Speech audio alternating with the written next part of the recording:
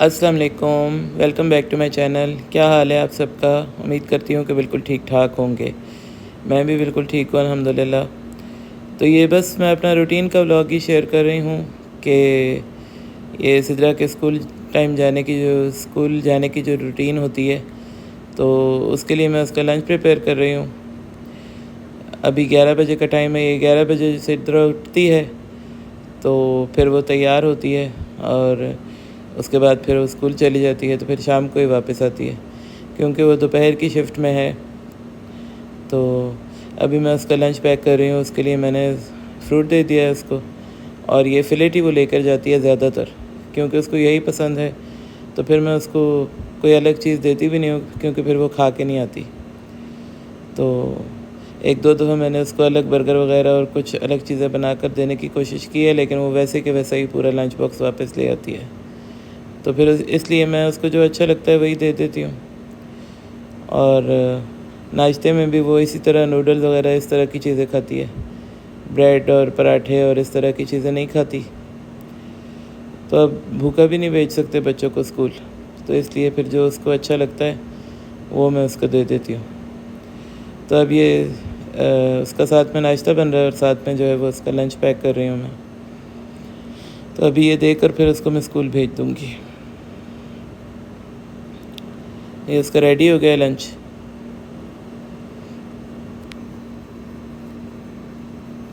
ये इतने ज़्यादा इसके ऊपर मैं टिश्यू इसलिए लगाती हूँ क्योंकि ये स्ट्रिप्स गर्म होते हैं, तो ये प्लास्टिक के साथ फिर रिएक्ट ना करें, तो इसलिए नीचे और ऊपर ज़्यादा सारे टिश्यू रखते हैं। एक तो ऑयल को एब्जॉर्ब कर लेते हैं और दूसरा फिर वो गर्माइश जो है वो इसके ढक्कन तक भी नहीं पहुँचती। फिर उसके बाद मैं अपना लंच रेडी कर रही हूँ। सिद्रा को भेजने के बाद फिर मैं भी लंच कर लेती हूँ कि 12 साढ़े 12 तो बज ही जाते हैं। तो ये कल का बचा हुआ मटर आलू का सालन था, तो वो मैंने गरम कर लिया था अपने लिए, और साथ में मल्टीग्रेन आटे की रोटी बना लेती हूँ। तो ये मेरा लंच भी रेडी हो गया।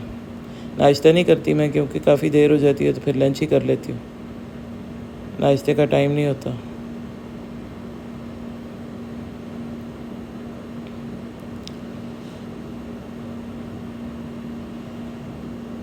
ये मैंने अमेज़ोन से फ्रिज ऑर्गेनाइज़र्स वो क्या कहते हैं, मैट्स, फ्रिज के अंदर बिछाने के लिए मैट्स मंगवाए थे।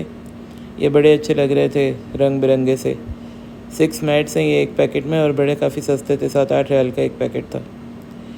लेकिन ये साइज़ बहुत छोटा है। ये मैंने मंगवाए थे कि इससे अच्छा फ्रिज जो है वो अच्छे लगेंगे, ऑर्गेनाइज़ हो जाएगा। 3 रंग हैं हर पैकेट में, ये रेड और 2 रेड हैं, 2 येलो हैं और 2 ब्लू हैं। लेकिन इनका मसला ये है कि ये बहुत छोटे हैं। फ्रिज काफ़ी बड़ा है मेरा, तो ये अब देखूँगी मैं, कोई तरीका हो सकता है इसको बिछाने का। तो ज़रा फ्रिज काफ़ी नीट एंड क्लीन लगता है, इस तरह मैट्स वगैरह या कोई शीट वगैरह बिछी हो रैक्स के अंदर। तो ये एक बिल्कुल प्लेन है और ये एक थोड़ा सा डिज़ाइन वाला था। ये हैं तो बड़े प्यारे, लेकिन अब मुझे समझ नहीं आ रही कि ये इतने छोटे जो हैं वो उसके अंदर पूरे कैसे आएंगे। 2-2 भी बिछा दे तब भी उसकी चौड़ाई भी कम है, सिर्फ लंबाई नहीं, चौड़ाई भी कम है।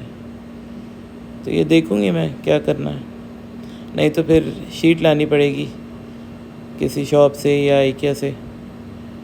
तो वो जो है वो तो काट के बंदा अपने हिसाब से डाल लेता है, लेकिन ये मुझे फ्रिज मैट से ज़्यादा टेबल मैट्स लग रहे हैं। साइज़ भी इनका वैसा ही है। तो अब ये मैं क्विक फिक्स सा खाना बना रही हूँ जल्दी जल्दी।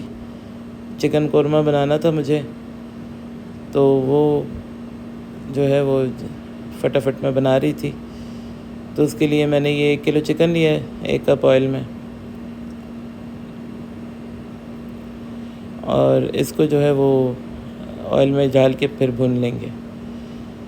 ये कोरमा में जो है वो चिकन को ऑयल के अंदर ही लाल करना पड़ता है ताकि इसका पानी सूख जाए और ये इसकी स्मेल वगैरह बिल्कुल ख़त्म हो जाए। तो इसको मैं ऑयल के अंदर भूनना शुरू करूँगी और साथ में फिर इसका मसाला भी रेडी कर लूँगी। प्याज वगैरह मैंने ब्राउन नहीं किए, वो मैं तली हुई यूज़ कर रही हूँ। तो ये तली हुई प्याज ली है मैंने तकरीबन आधा कप, और इसी में सारे मसाले चले जाएंगे। इस तरह ज़रा जल्दी बन जाता है। कोई ना कोई काम निकाल कर मैं बैठ जाती हूँ और फिर खाना बनाने में देर हो जाती है, तो फिर इस तरह जल्दी से फिर कुछ ना कुछ बंदोबस्त करना पड़ता है। तो ये प्याज के अंदर मैंने दही डाला है 3-4 चम्मच, हरी मिर्चें डाली हैं और गार्लिक डाला है। तो ये इस सब को साथ में पीस कर पेस्ट बना लूँगी।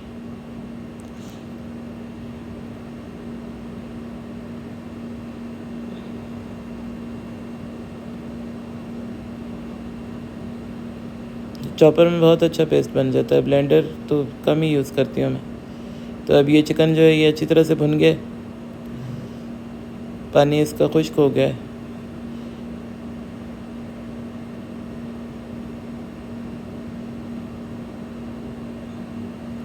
अब इसके अंदर जो वो मसाला पीसा है ना, वो डाल के और इसको भून लेंगे।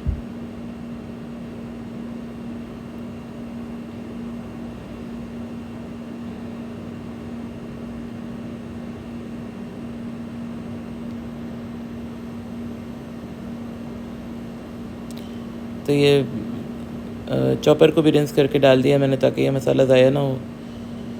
और अब इसको जो है वो भुनेंगे और साथ में जो है वो उसके ड्राई मसाले भी डाल देंगे, तो ये एक साथ ही सारा कुछ भुन जाएगा।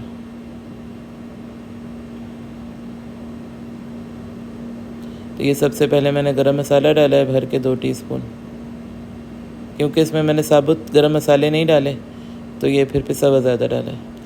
तो salt 1 teaspoon, red chilli powder 1 teaspoon भर के, क्योंकि साथ में मैं वो रेड चिली फ्लेक्स भी डालूँगी। और ये धनिया पाउडर 2 टीस्पून और ये रेड चिली फ्लेक्स 1 टीस्पून, क्योंकि ये काफ़ी तेज़ होते हैं। और ये ज़ीरा पाउडर ये अंदाज़े से ही डाल देती हूँ, 1 टीस्पून ही होगा। और ये हल्दी पाउडर 1 टीस्पून। तो ये सारे मसाले डालकर इसको ऑयल अलग होने तक, जब तक कि दही का पानी खुश्क हो जाए तब तक इसको भून लें। इस तरह भी ये कौरमा बहुत मज़े का बनता है। ख़ुद प्याज जो है वो फ्राई करके बनाए उस तरह भी अच्छा बनता है और इस तरह भी बहुत मज़े का बनता है। खाना बनाने में सबसे ज़्यादा देर प्याज फ्राई करने में ही लगती है, तो इस तरह फिर जल्दी ज़रा हो जाता है। तो अब ये 5 साढ़े 5 का टाइम था, मुझे बहुत ज़्यादा भूख लग गई थी और खाने में भी टाइम था, तो फिर मैं अपने लिए बेसन का चीला बना रही हूँ।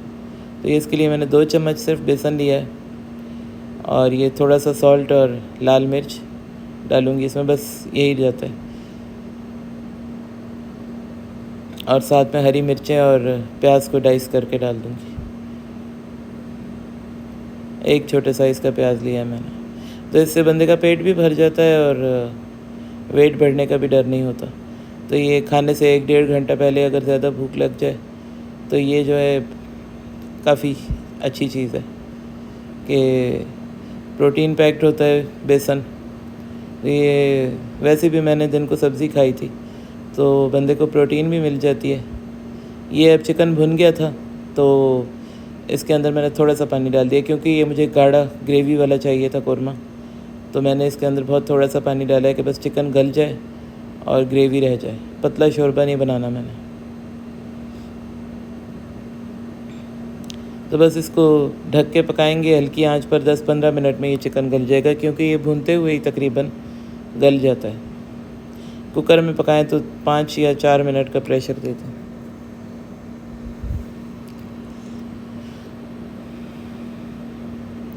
अब ये बेसन का चीला बहुत हल्का सा ऑयल डाल के फ्राइंग पैन में मैंने डाल दिया है पकने के लिए। काफ़ी इसको टाइम लग जाता है, 4-5 मिनट एक साइड पे, 4-5 मिनट दूसरी साइड पे। तो वो साथ में बन रहा है, साथ में ही मैं अपने बेटे के लिए पिज़्ज़ा बना रही हूँ, क्योंकि वो ये सालन वगैरह शौक़ से नहीं खाता, तो उसको फिर इस तरह कोई चीज़ बनती है तो मैं बना के दे देती हूँ। तो ये भी फटाफट जो है बना के मैं ओवन में रख दूँगी। सब्जियों में सिर्फ ऑलिव्स खाता है,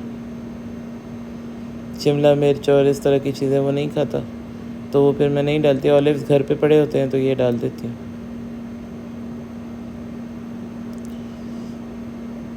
अब ये चीला जो ये रेडी हो गया, बड़ा मज़ेदार होता है। बस ये समझ लें कि बग़ैर ऑयल के पकोड़े खा रहे हैं और वेट बढ़ने का भी कोई ख़तरा नहीं होता। तो ये चटनी पड़ी हुई थी, वो मैंने उसके ऊपर थोड़ी सी 2-3 चम्मच डाल ली थी और आराम से 2-3 घंटे तक बंदे का पेट भरा रहता है, बिल्कुल भूख नहीं लगती, क्योंकि ये काफ़ी हैवी होता है। बेसन जो है ना बहुत हैवी होता है।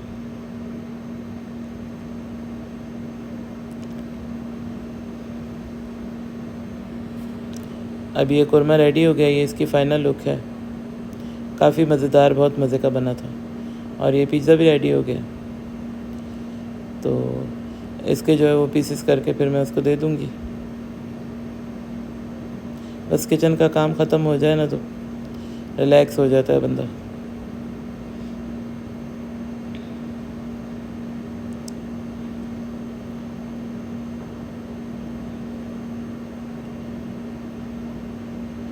तो ये बस इसके गरम ही काट लेती हूँ मैं, हालांकि इसको थोड़ा सा 1-2-3 मिनट का रेस्ट दें तो अच्छी तरह से ये सेटल हो जाता है। इस तरह ये इसकी चीज़ उतरनी शुरू हो जाती है। लेकिन ये है कि खाने में भी फिर गरम गरम ही अच्छा लगता है, ठंडा तो फिर अच्छा नहीं लगता। तो मैं फिर फ़ौरन ही पीसेस कर लेती हूँ इसके। तो वीडियो पसंद आए तो इसे लाइक, शेयर और सब्सक्राइब कर दें। Thank you for watching. अल्लाह हाफिज़।